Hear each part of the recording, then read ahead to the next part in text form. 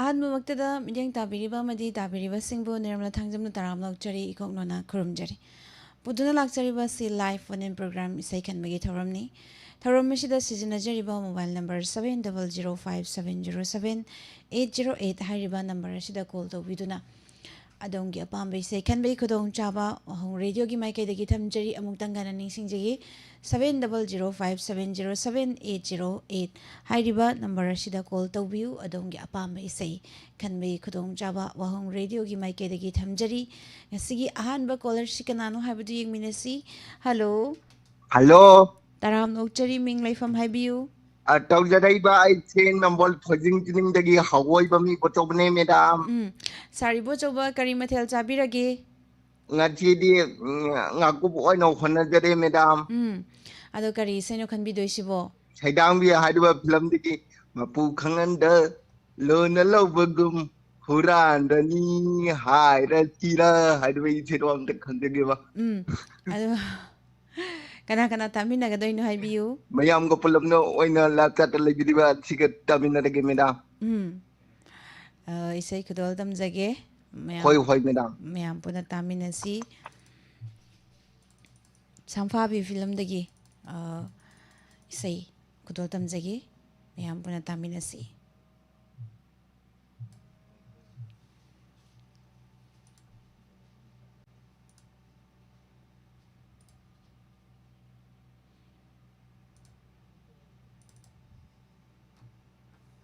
Oi! Sampabi sibu kanagino! Mapu kanagino! Haima, aigidini. Karigi tuminna lauthoiba? Nangbu huranbaro?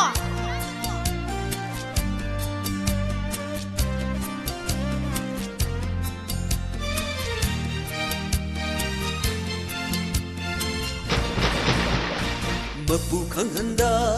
lona laubabu huranbani hairagera masa taktana lona laubabu huranbani hairagera Mamragi lauro ibungo nasamduda pharaga hek chatladi fajarane Fazana phabige koksida postavara yeng nakoidagi hendara Fazare homo homo satta siga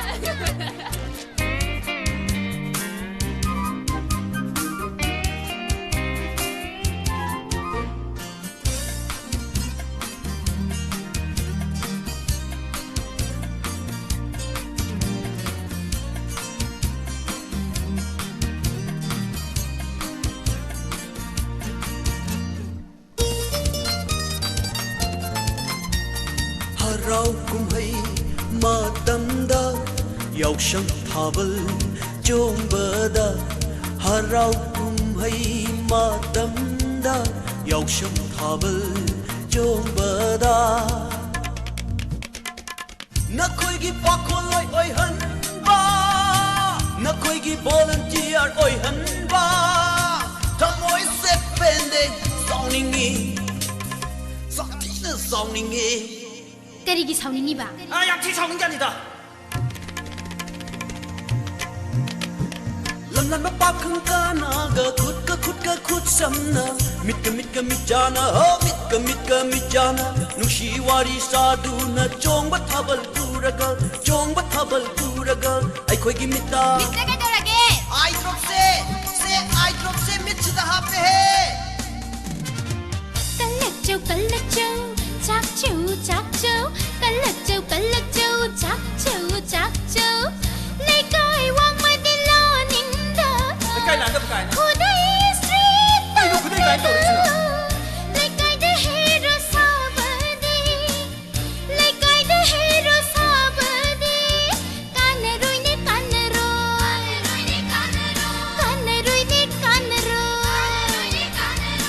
era nupi honga kansta nupa ma da tara ni khanga bai be ma tara napso bi mana bonus ta khanga da na bonus Is Hoy bungo Na koy dine Napso bi phao phang mo ye Hoy bungo sa khen ba Holuo bo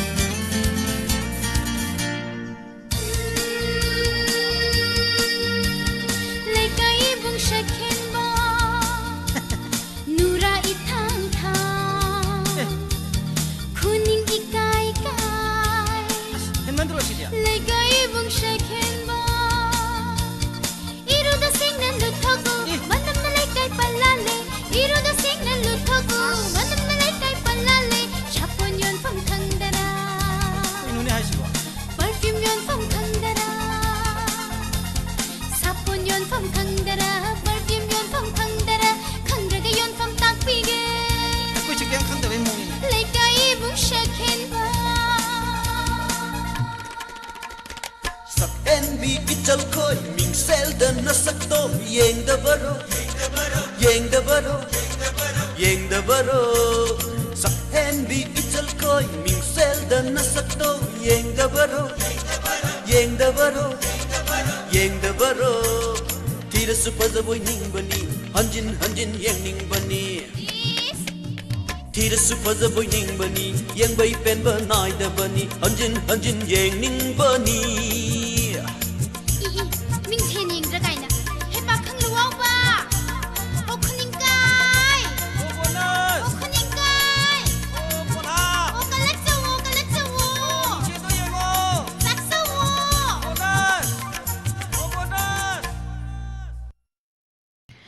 Thagachari myam pumnamak tharamashida sarukya biriba ngasigi live funding program tharamashida daga live chat ta laibiriba pumnamak pusu taram nokchari lamngan bakhuman langam bakhuman good afternoon taram nokchari mem thoi kais is a brashishori takhel changba daga yaikhom ba thoksom taram nokchari Jeromita Sanasham Imakhom Ram Pramo Taram Nokchari Kaka Samarendra Bungango Manipur Taram Nokchari Sar Bijoy Tongbram Thagat Bufung Dokchari Ngasigi Madam Susila Okram Maguneswari Raskumari Madam Memso Bingangom Sanatumbi Sanasam Madam Sutaram Nokchari Sir Kaibam Savim Savasutaram Nokchari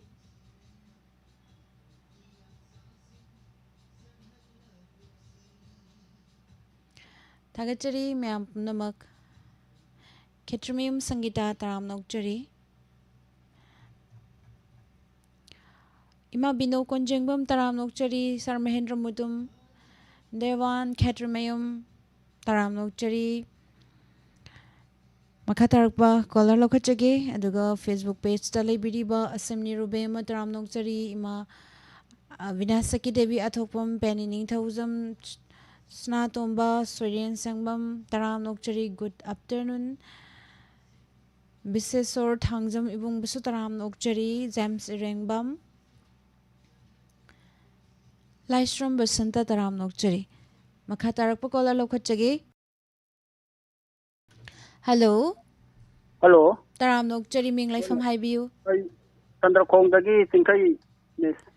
Kari Isai can be Gedabano Now boki tarakanu ya tabahe pirang lam memeliko na hak saya bekai tajan ini. Kana tami nagadoino. Kami na janing jako ye tasindo tamani adagi mama dijen ibai pani kaka dijen adagi taton doren ako ngam tami na jarari. Thagachari isai Kudol tamjagi mayam puna taminasi hangamaru pukhaibi film dagi tarakanu yadraba he pirang herojit naribam gi mekta surjit na serang libai sei Kudol tamjari taminasi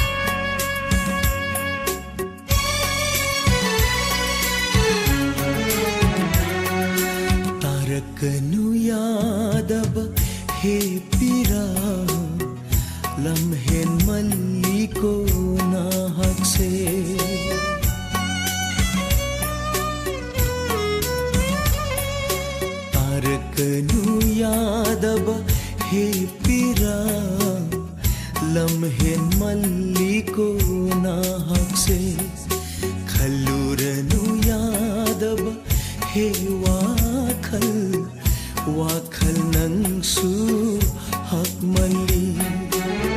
nung siru bagi wajah पामजरूबगी कपचबा खनखे मानदी अयहापु ओइजबा थीबा नुंगशीबा नुंगशीबा नंगी नसक्सिगा नंगी वखलजने खरदा लेरे नसा जाना मिजु खरा नुंगसिबु तमुगे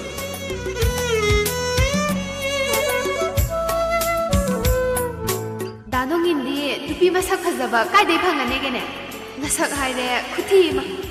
कुचु हायरे तिकीना कइदौलुने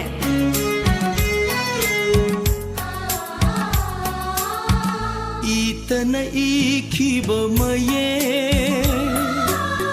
नुंगशिना थमजबा शतम खुदांगदा हक्किबा मागी ममिंगना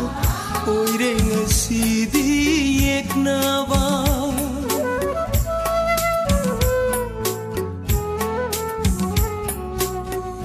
itana ikhiba maye nungshina thamjaba shatam khudangda hakhiba magi mamingna oire ngasidi yeknawa mamal yaudrba punsigum khanbire nangna aibu simatangdi haining nina famda tarakanu yadaba he pira lamhen malliko na hakse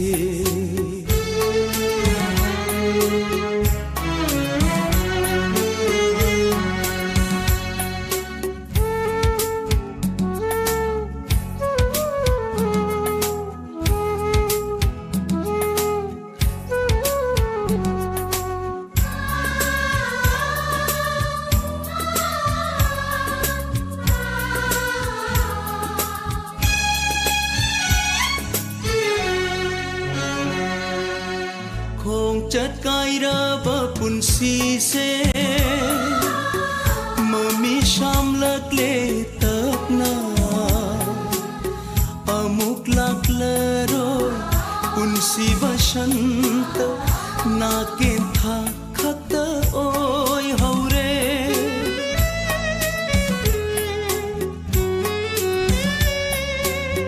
khong chật cai ra ba punsi se mami sham lak le tak na amuk lak laroi punsi bashant na ken tha khakta oi haure pamjada magi thamoina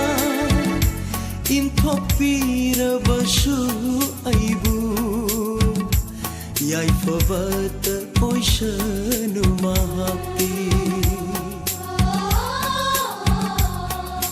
tarakanu yadaba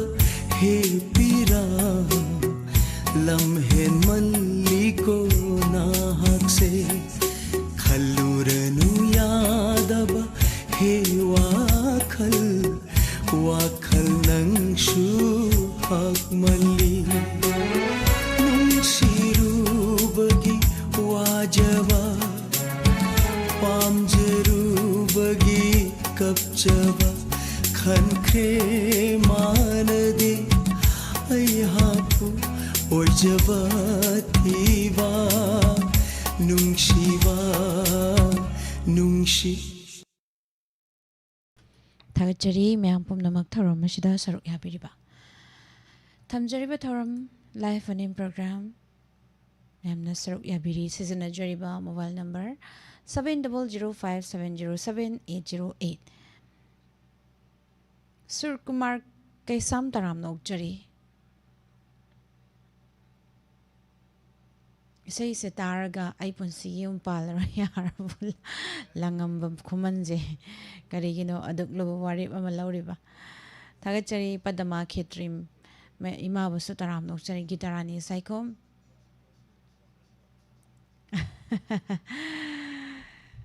James Rengbum taram nokjeri laizim nam taram nokjeri imakumam bin molata taram nokjeri lata yangkom madam busu taram nokjeri malata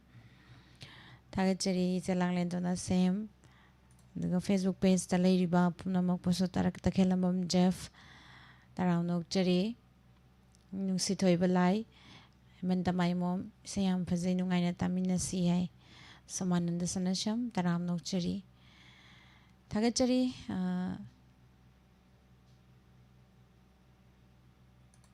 hello hello miss taram nokjeri minglai fam haibiu thawandagi punima taram nokjeri kari saino khanbi ga doisibo miss film maming dikawre bako Sadanandaga Sonali Mukherjee oidura khangti sai sakpado kalak mai thongi nang nangauna phamman tawbado mani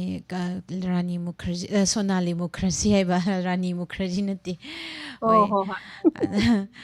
ado kana kana tamina ga doino tabin ba kitang hapjarake bako aigi pamlamdonggi mi hapjarake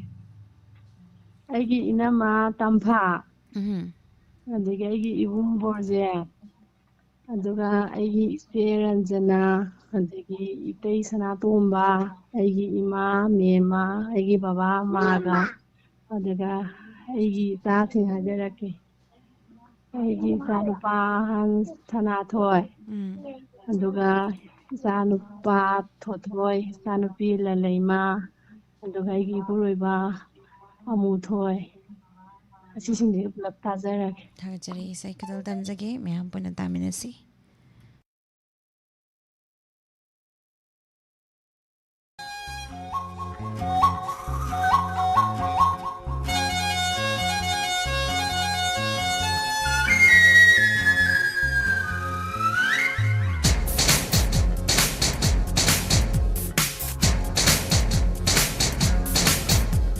Kalak mai thong ni mina chak na pham Thamoi nung dengan biu nang na tha jagong Nung shi shung hat shatam ni mina ngom na pham Upa lay jage lay na udiga Nauri bi thot la bi hak chang gi ku chu na meng la ba tha bal gi ing la mangane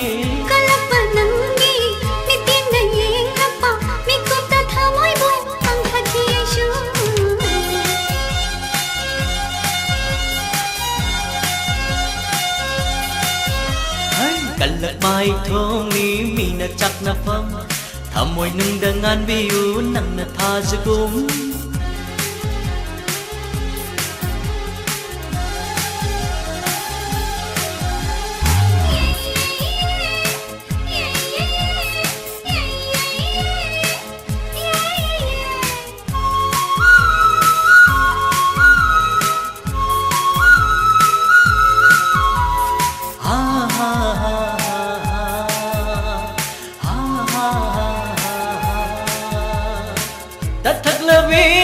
Mishna anina sajimita mamjari bini Pukning hodama hajar shabanda Thamai boitha tipong kahaldi Nangi ngaura ba nungshi minok na may shalang la thamoy po kahali Nangi makhalgi tha iday na jage aishu shajagi jagai Laklo ne inakta chana binangbu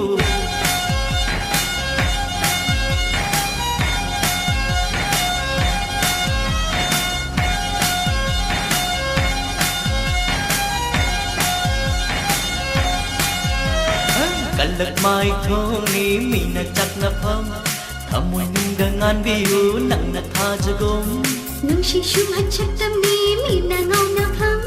Upa lay jage lay na udiga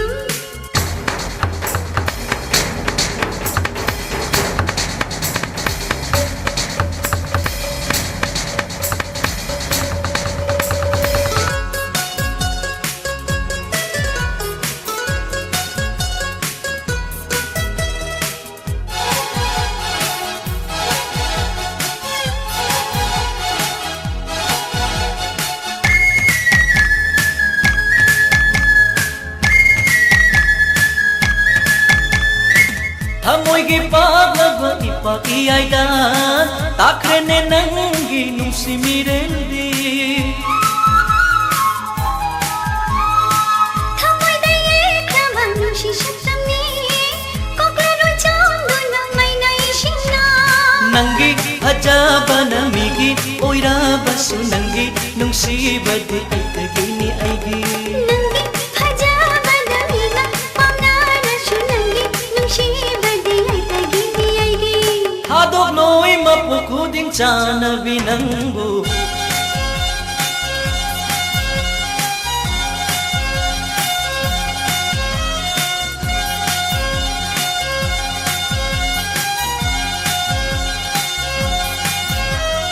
Kalat mai thong ni mina chak na pam Amoy nung dangan biyu nang nathajagum Nungsi shung hachaktam ni mim na ngau na pham Upal daye chani lay na udigam Nauri bithot labi hakchangi kuchuna Mengla bathabalgi ingla mangane Kalapa nangi miting na yelakpa Mikukta thamoy mo pang thaki ay shu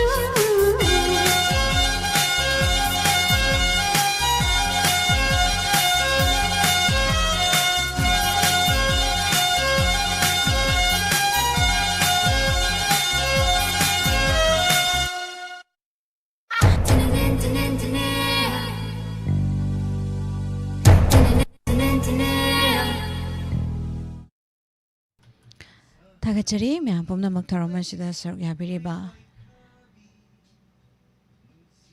to pawung to muangjam taram nok chari liklai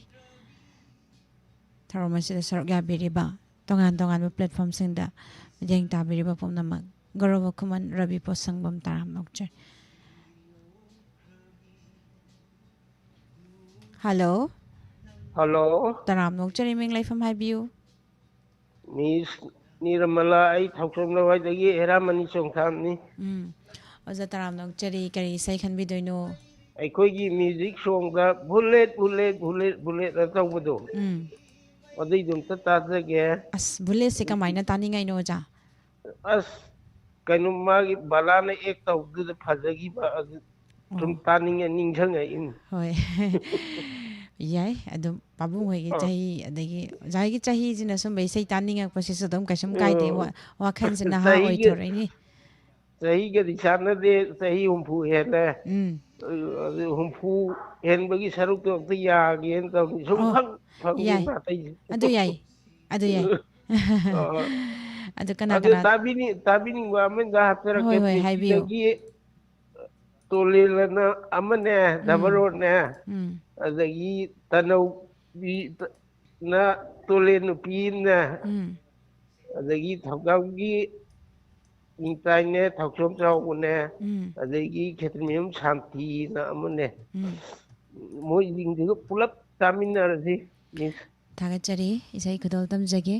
thank you welcome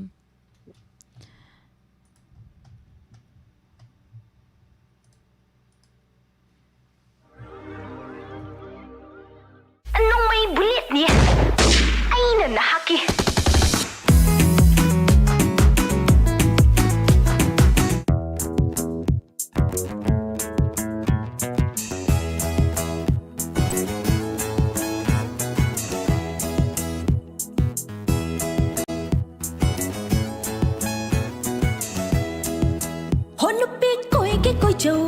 Khudol pi ke picho miteng khoi ke khoicho au ba pam ke pamcho hanu pi koi ke khoicho khudol pi ke picho miteng khoi ke khoicho au ba pam ke pamcho thak ninga thak cho ngau ninga ngau cho lang ninga lang cho koi ninga koi cho thak ninga thak cho ngau ninga ngau cho lang ninga lang cho koi ninga koi cho atu kalam lam pi kanada lon na thamoi do piram ba thoklava Canada, lon na thamoy do, piram ba thoklava. A bullet, bullet, bullet, bullet, bullet, bullet. Nung may bullet niya, ay na nahaki. Bullet, bullet, bullet, bullet, bullet, bullet. Bullet, bullet, bullet, bullet, bullet, bullet.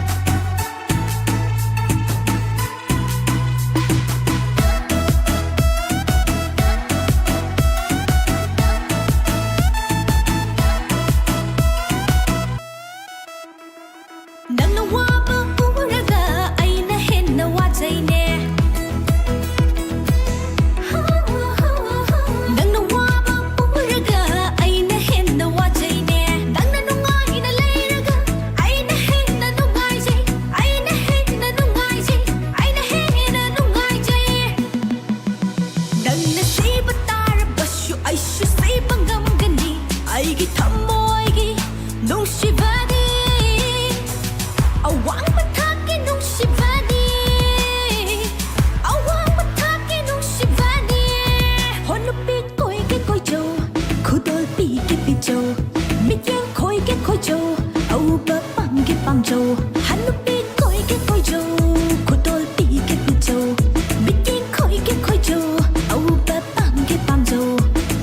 थकनिंगा थक जो ngau जो langninga lang जो कोई निंगा कोई जो थकनिंगा थक जो ngau जो langninga lang जो कोई निंगा कोई जो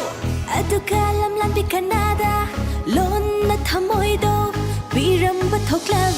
va aduka lam di Canada lon na thamoy do biram ba thokla va a bullet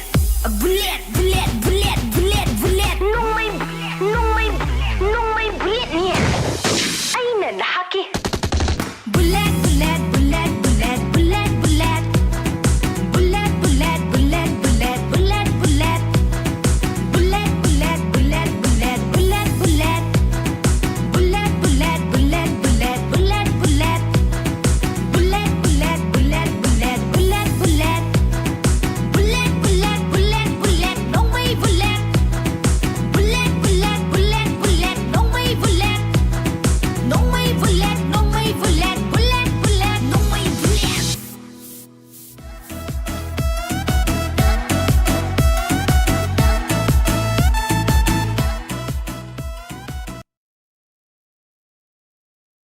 थागचरी म्याम पुमनमक थरोमसिदा सरक याबिरिबा इसै अमा खुदोल दमजगे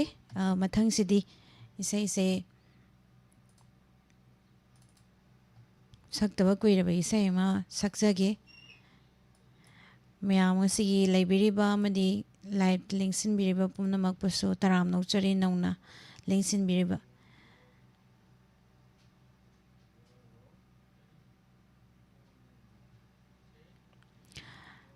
अइना नुंगसिजबी हारिबा इसै से खुदोल दमजगे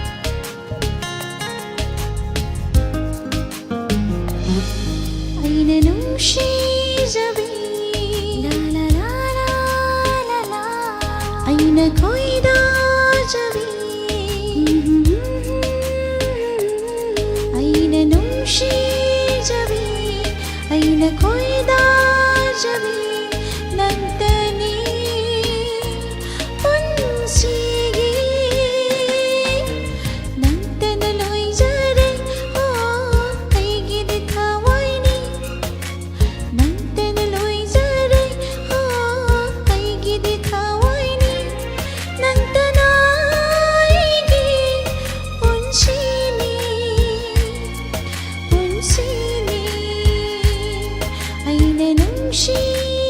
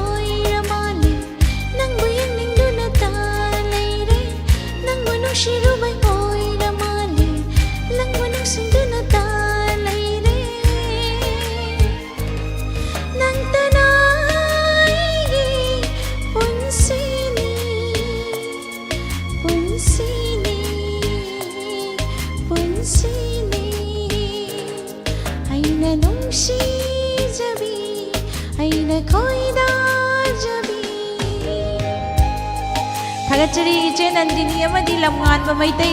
लमगान बमैतै सिंहानी उरुद्रबने अदुबु ngasi mu uwa fangjaw saningai leitana थागतप फोंदोकचरी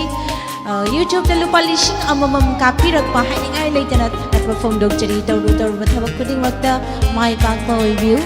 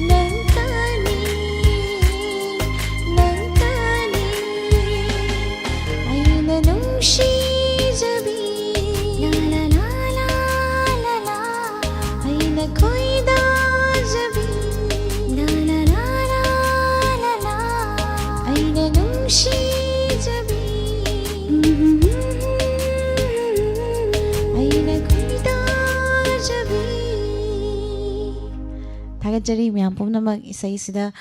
इचे Nandini अमदी लमगान बमैतै थागतप फोंदोकचरी अदुगा इचे Nandini से हौजे हौजिक से मसासे ngamdadana laibane thona naba fabiro wis pijari nanauna थागतचरी हानिंगाई लेतना लमगान बमैतै लेंसलकपसिदा को आइजे इसै सकप ngamgidre hai tare ngasi je nokning khak nokning pa hai tare ngai kuire lot lure aduga ngasi mu phan laung jong thorokpase ai de khak nokning ba faugre boko adana na isai je khoige taweba थागतचरी थोकसोम Gita Devi thank you थागत पिरकपसे thank you है order dungai तेवा मंगसाता ममरासि तै ताराम नौचरी दुगा Khangembam धनप्रियो Taram नौचरी thank you मखा Tarak collar लोक चगे दुगा Facebook page त लै बिरिबा पुमना मकपसो जिना तोंब्रम Taram नौचरी hello hello Taram नौचरी Ming लेफम हाइबिउ खोंसांदगिने थोइनु कोवे madam Taram नौचरी करी से खनबिगदोइनो बिदाई कल्लब चाइना से हाबिदो याम तानिंगबा मसिगी सैसे कमाइना तौरिनोबा इचाना इसैसे सक्पिदो फजगरेदा कोइ थोना थैंक यू बिदाई कल्लब सेना से करमना खांगो हाइबगे हाइब इसैजे मयेक से कनादनो बा हंगनिंगे जे अदु से अमददि हंगिनेबा बिदाईगी कल्लबा चैनासी करमना खांगो हाइबगे मिको मता उदबदा लैंगमद्रबी आइगी पुंसिनी अदु सी सैजे मैडम न कनादनो वा हंगनिंगे जे याम तांगनिंगे वा हंगजे इसै जाम तानिंगे हाइरेबको अदो हाइरेब इसै से मयेक से कनादनो वा हंगनिंगे जे अदु इमासी यामना वाबा अदैदे इसा तानिंदना सपिरो न हाइबा अस आई मतियम सक्तोक सगरे अदुदी आरामबम जमुना दे मुक्ता थोकसे कना कना तामिनगदोइनो सिदैदा इनाउपी म लैबको नरसिंग कौवे अदुगा अखोइनिजु यामना सुम थबक सुबदा वाबा अदैदुदा वाहोंग लिदिवट का लोइना पुलक तामिनरगे वाहोंग रेडियोट हाइबा आव रेडियो नतबा रेडियोट हाइ भाइत्रे थागतचरी नोक्सेना सुम तौबने होय इसै खुदोल तमजरागे मयाम पुना तामिनसी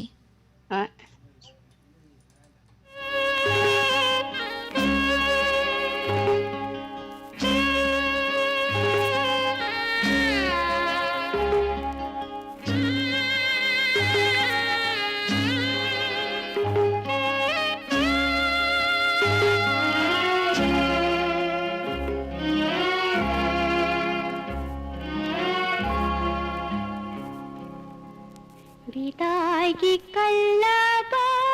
चैनाशे करम न खांगू हाय बगे मिकु मतंग उदाबदा लैंगमदाबा ऐगी थामनी बिदागी कल्लाबा चैनाशे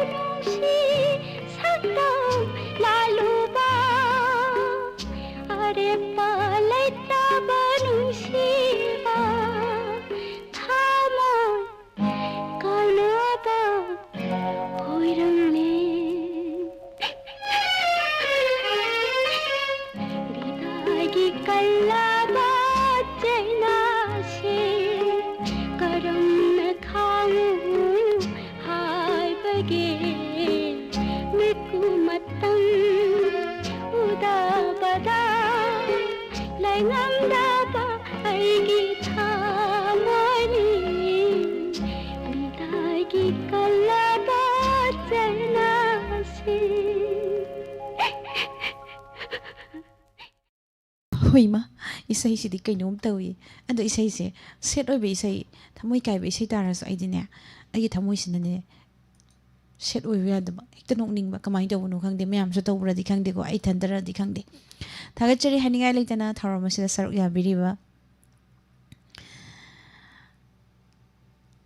थागचरी मिस्टर लेम्बा तराम नोकचरी मखा तारप कॉलर लौखचगे हेलो हेलो तराम नोकचरी मिंग लेफम हाइबियो मिस आई वांगबंदगी दमिनतिने करी इसै खनबिदोइनो मेदाम मिस बंगाम लक्ष्मीना सत्पा काइनरमदाइ नुसिबा कोसी थांबा हौरगले औरा सबै से जोदी बताजगे मिस कना कना तामिनगने हाइबियो खांगाबोक्तगी इनमा पैनासना अदुगा ꯄꯜꯂꯤꯗꯒꯤ ꯂꯇꯥ ꯑꯗꯩ ꯏꯅꯝꯃ ꯕꯤꯃꯣꯂꯥ ꯇꯥꯆꯧ ꯃꯩꯅꯣ ꯏꯆꯟꯅꯨꯄꯤ ꯏꯕꯦꯝꯆꯥ ꯁꯤꯕꯤꯅꯥ ꯑꯩꯈꯣꯏ ꯁꯨꯃꯥꯏ ꯁꯨꯝ ꯇꯧꯔꯒ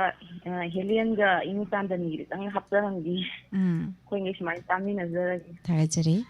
BS ꯏꯗꯪꯒꯤ ꯃꯌꯦꯛꯇ ꯏꯆꯦ ꯊꯣꯡꯒ꯭ꯔꯥꯝ ꯂꯛꯁꯃꯤꯅ ꯁꯛꯂꯤꯕ ꯏꯁꯩ ꯈꯨꯗꯣꯜ ꯇꯝꯖꯒꯦ ꯇꯥꯃꯤꯟꯅꯁꯤ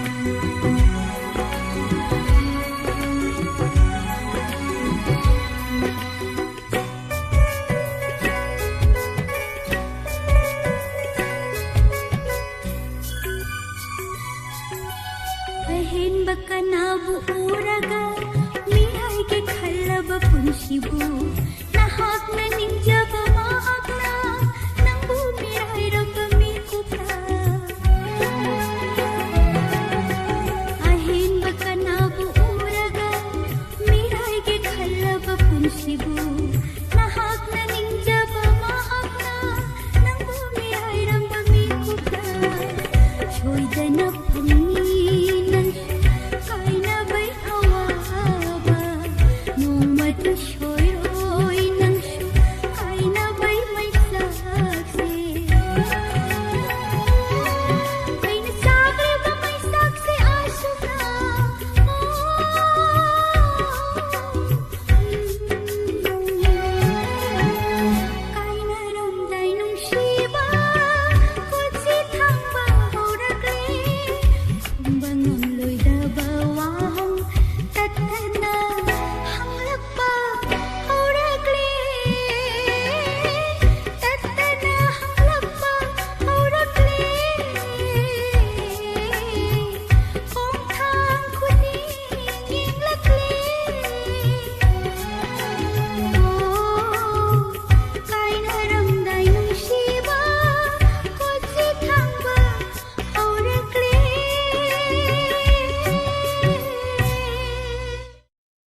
सेट सॉन्ग याम तानिंग माने अदुदि मथंग जिदि सेट सॉन्ग अमा सक्के सेट सॉन्ग बुकदि नत्ते अदुबु हाइपेट मानरब दौबा ओजा सिंगना सक्पिरम बई सई अमा कुदोल तमजगी याम पना तामिनसी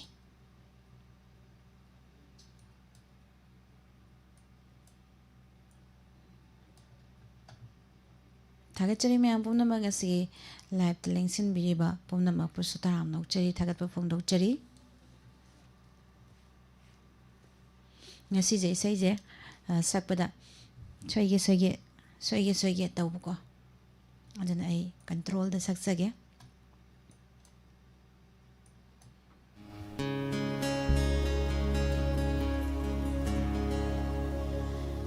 leidang na leikada khaina ba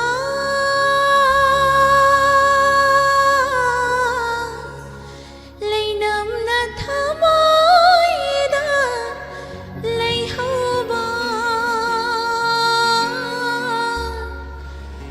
awaba khangshira punsida awaba khangshira punsida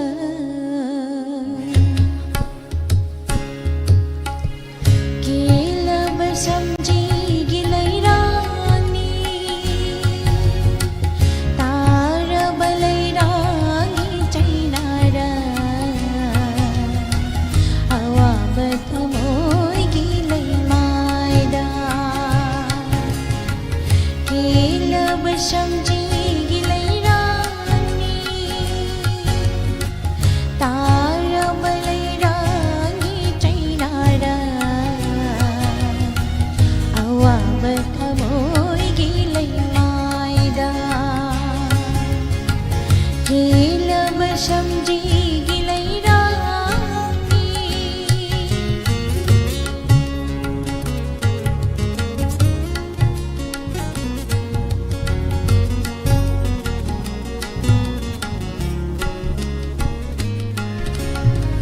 leirana leikada khaina ba leinam na thamoida leihaba awaba khangshira punshida awaba khangshira punsida leirana leikada khaina ba leinam na thamoida leihaba awaba khangshira punsida awaba khangshira punsida kilab samji gilairani तार बलैरानी लैनादा awabak moy gilay maida kilab samji gilairani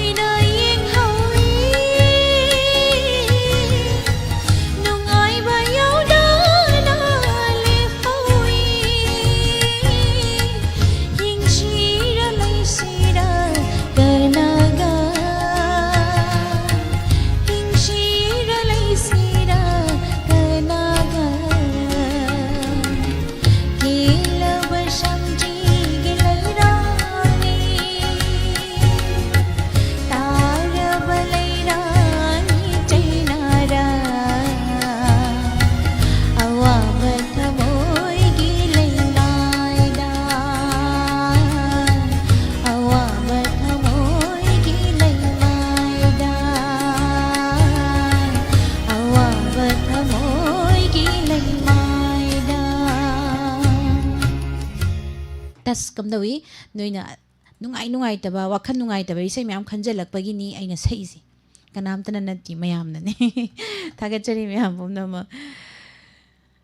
निने नावरे मी बेमल तराम नोकचरी लिखलाय अदुगा madam Purnima सेराम तराम नोकचरी नलिनी थौनाउजम थागचरी मैम पुनमक Anita Thoksom Athokpam Maguneshwari Rajkumari thank you James Ringbam करीनो मिंग सीसी बो इसई सिंग सी वाई मथंग करी खलकपन ओमती येंगी सीसे हेलो तराम नोकचरी मिंग लाइफम हाइबियो मिसै खोंजोम साबमदगी समरेंद्र हिउजम काका समरेंद्र तराम नोकचरी करी इसई खनबी दोइनो मिस लांग फिल्म की रोसिबिना का सदानंद का सकपा ओ नुंसीबी तावाई ओइरिबी औते ताजगे याम फजबे इसई मखनबिरे हंदक्ति सेट नत्रेको मैम अदो तामिनसी अदो कना कना तामिनगा दोइनो हाइबियो का ताबिनिंग बिजे वाहों रेडियो ताबिरिबा अमदी लाइव लेबीबा मयाम पुलप ओइना ताबिनजगे मिस थागचरी इसई खदोल दमजगे मथंग सिदि इसई जे याम सेट ओइद्रेको याम फजबा याम नुक्सिनना सकपा इसई मनी नुपीगा नुपागा सकमिनबा खदोल दमजगे मैम पुना तामिनसी रदा प्यारीगी मयेक्ता आरके जितेना सैरांग लेबे इसई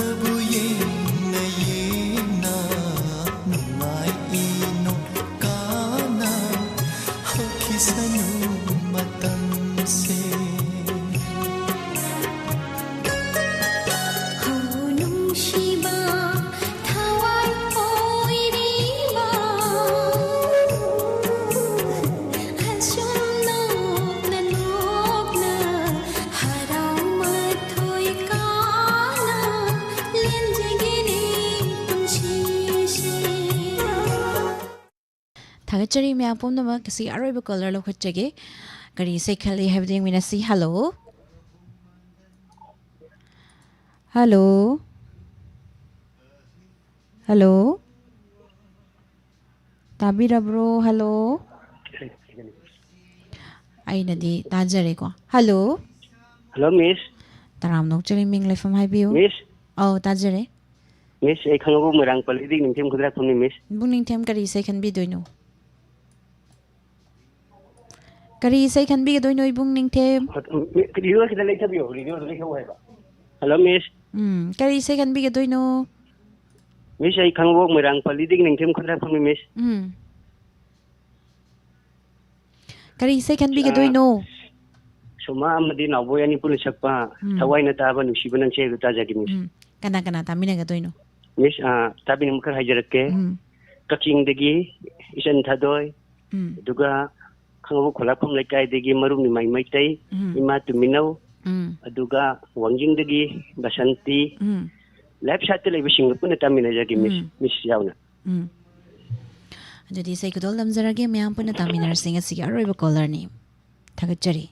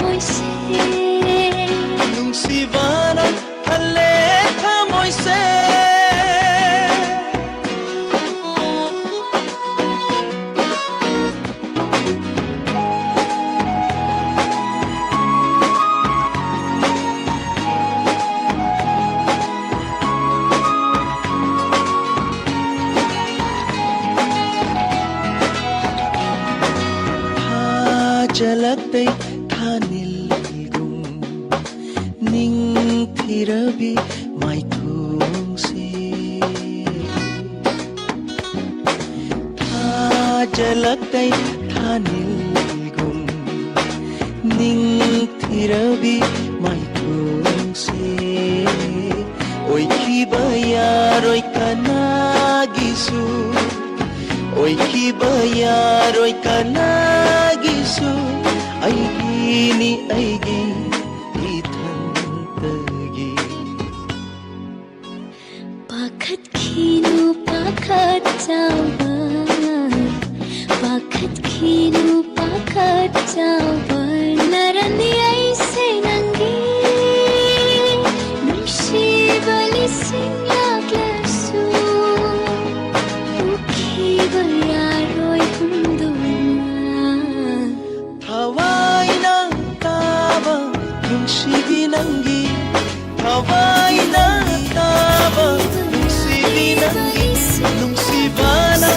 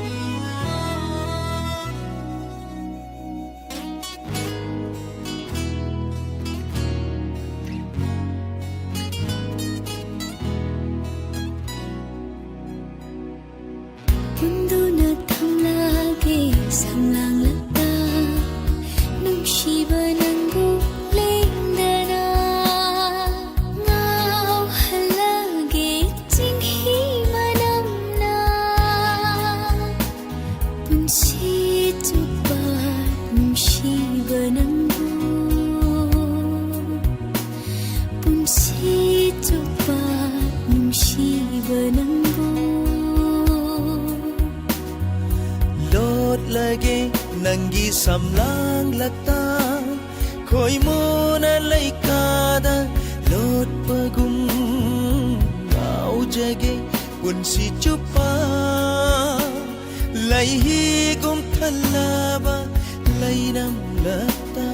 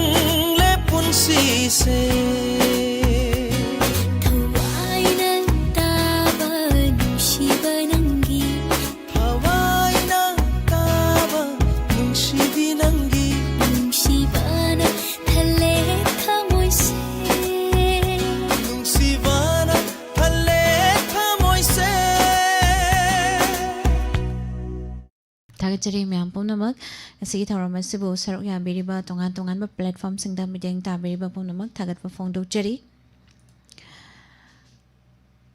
aroi basidi isai ama khodol tam jarake jem sai rujam na sakpe isai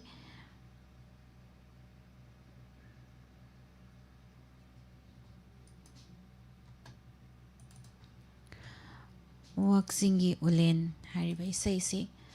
Soi kibalan kiba yaurabasu tabiri basingna ngakpigani.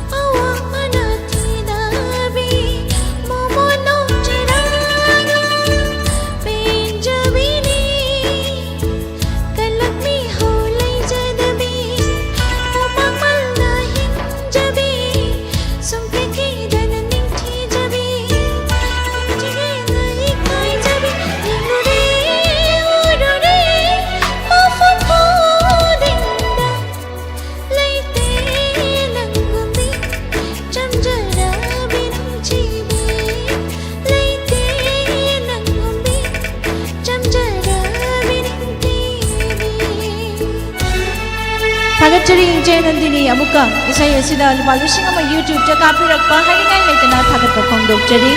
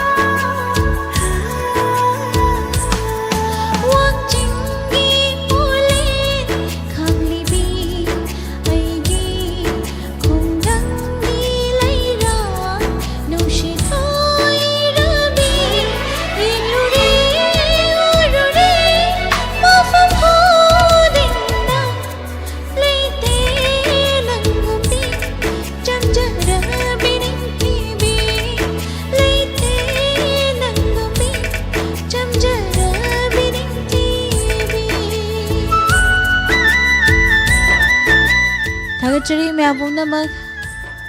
ꯑꯁꯤꯒꯤ ꯂꯥꯏꯚꯇ ꯂꯩꯕꯤꯔꯤꯕ ꯄꯨꯝꯅꯃꯛ ꯑꯗꯨꯒ ꯑꯃꯨꯛꯀ ꯍꯟꯅꯁꯨ ꯊꯥꯒꯠꯄ ꯐꯣꯡꯗꯣꯛꯆꯔꯤ ꯏꯁꯩꯁꯤꯗ ꯂꯨꯄꯥ 1,000 ꯌꯨꯇ꯭ꯌꯨꯕꯇ ꯀꯥꯞꯄꯤꯔꯛꯄ ꯏꯆꯟ ꯅꯟꯗꯤꯅꯤꯕꯨ ꯃꯥꯏ ꯄꯥꯛꯄ ꯑꯣꯏꯕꯤꯌꯨ ꯑꯅꯥ ꯑꯌꯦꯛꯇꯒꯤ ꯏꯁꯣꯔꯅ ꯉꯥꯛꯊꯣꯛꯄꯤꯗꯨꯅ ꯌꯥꯝꯅ ꯌꯥꯡꯅ ꯊꯨꯅ ꯐꯕ ꯑꯣꯏꯕꯤꯔꯣ ꯍꯥꯏꯕꯁꯤ ꯄꯤꯖꯒꯦ ꯋꯥꯍꯪ ꯔꯦꯗꯤꯑꯣꯒꯤ ꯃꯥꯏꯀꯩꯗꯒꯤ ꯊꯥꯒꯠꯆꯔꯤ ꯃꯌꯥꯝ ꯄꯨꯝꯅꯃꯛ ꯃꯈꯥ ꯇꯥꯕ ꯊꯧꯔꯝꯗ ꯁꯨꯃꯥꯡ ꯂꯤꯂꯥ ꯑꯃꯨꯛ ꯇꯥꯃꯤꯟꯅꯁꯤ ꯉꯁꯤꯒꯤ ꯊꯧꯔꯝ ꯑꯁꯤꯕꯨ ꯃꯄꯨꯡ ꯐꯥꯍꯟꯕꯤꯔꯤꯕ ꯄꯨꯝꯅꯃꯛ ꯊꯥꯒꯠꯄ ꯐꯣꯡꯗꯣꯛꯆꯔꯤ ꯊꯋꯥꯏ ꯍꯥꯞꯄꯤꯔꯤꯕ ꯉꯁꯤꯒꯤ ꯊꯧꯔꯝ ꯑꯁꯤꯗ ꯁꯔꯨꯛ ꯌꯥꯕꯤꯈꯤꯕ ꯄꯨꯝꯅꯃꯛꯄꯨ ꯑꯃꯨꯛꯀ ꯍꯟꯅ ꯅꯤꯔꯃꯂ ꯊꯥꯡꯖꯝꯅ ꯑꯃꯨꯛꯀ ꯍꯟꯅ ꯈꯨꯔꯨꯝꯖꯔꯤ